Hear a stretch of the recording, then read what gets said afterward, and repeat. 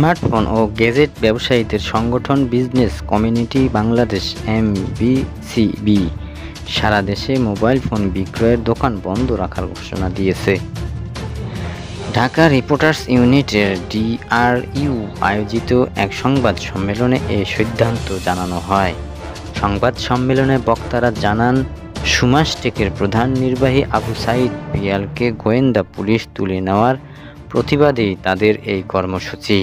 বক্তারা বলেন, association secretary পিয়াসকে আজকের মধ্যে মুক্তি না দিলে তারা সারা দেশে কঠোর আন্দোলনে নামবে। একই সঙ্গে তারা দেশ অচল করে দেওয়ার হুমকিও দেন।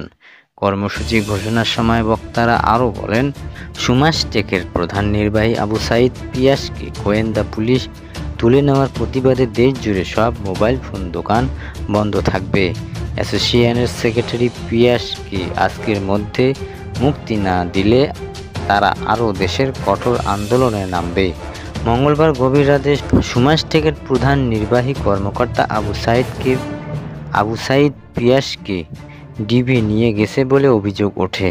পিয়াসের পরিবার একজন সদস্য বিষয়টি নিশ্চিত করেছে। তার স্ত্রী সুমাইয়া চৌধুরী জানান, গতরাত ৩টার দিকে মিরপুর এক এলাকার বাসা থেকে তার স্বামীকে তুলে নিয়ে যায় গোয়েন্দা পুলিশ। এ সময় ডিবি সদস্যরা পিয়াসের মোবাইল ফোনটিও জব্দ করে।